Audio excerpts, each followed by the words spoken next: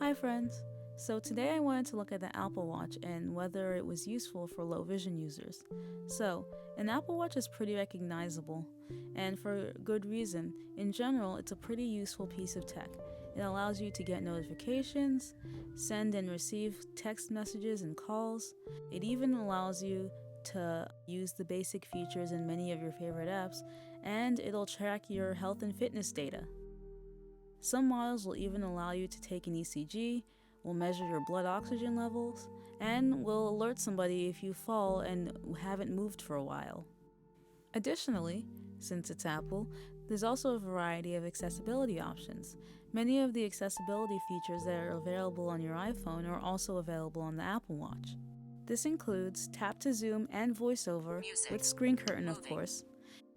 It also includes being able to change the size and boldness of the text on the watch, reducing the motion in the watch animations, and reducing transparency in the screen elements that have that.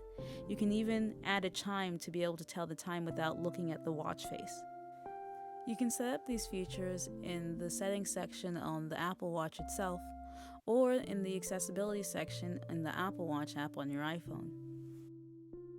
Also, while these aren't specifically accessibility features, you have access to features like Taptic Time, which will tap you differently every minute, 10 minutes, hour, and 10 hours, allowing you to tell time without having to look at your watch.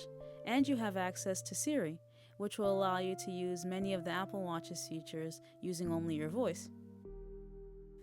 Apple has also included a lot of large print, easy to read watch faces.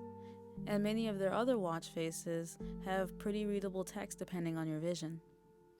They've even given the option to have these watch faces in full color with one accent color or completely grayscale. Here are some examples. And while these ones may not all be the most accessible, here are my favorite watch faces. Now let's talk about specific models. Apple currently sells 3 models of Apple Watch: the Apple Watch Series 7, the Apple Watch SE, and the Apple Watch Series 3.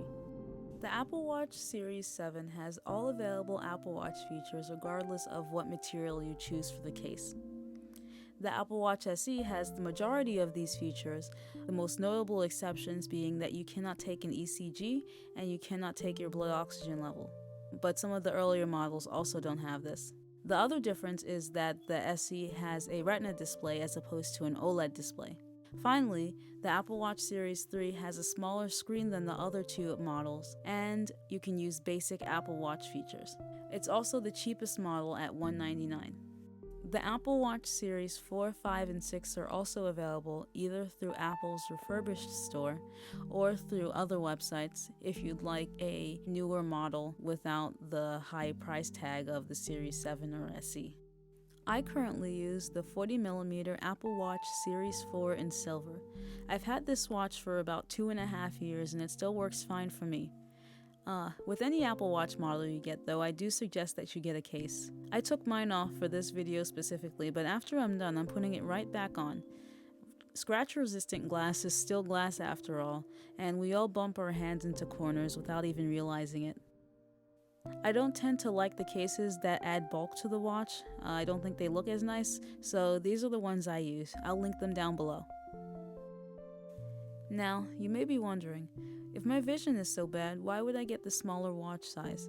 Honestly, because the smaller watch looks better on my smaller wrist. Also, I didn't think that the size difference was large enough that I'd be using the 40mm watch any differently than I'd be using the 44mm watch. I'd still be getting fairly close to the screen or using the accessibility features. And personally, I think that the accessibility features make both sizes usable, so also consider.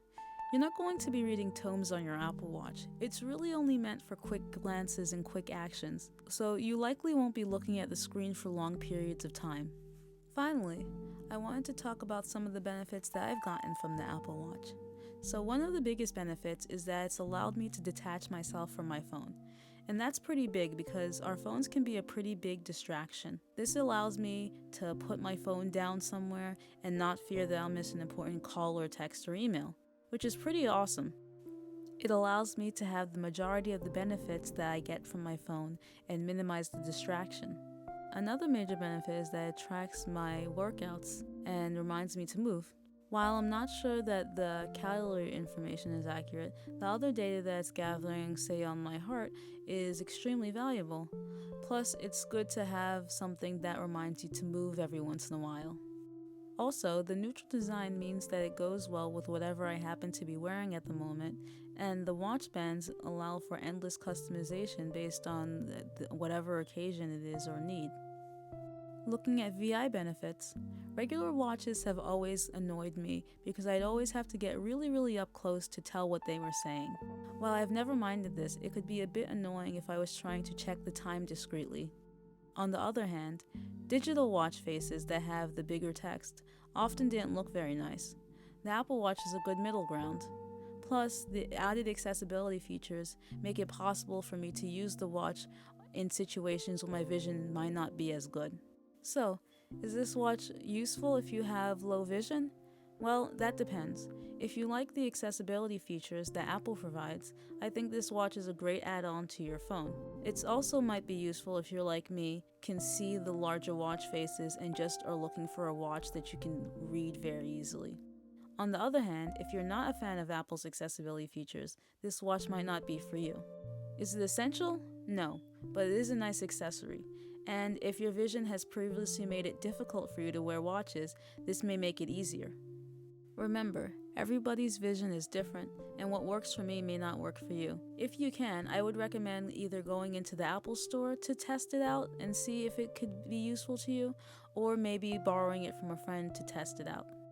It's been a good addition for me as a low vision user, and maybe it can for you too. So, what do you guys think?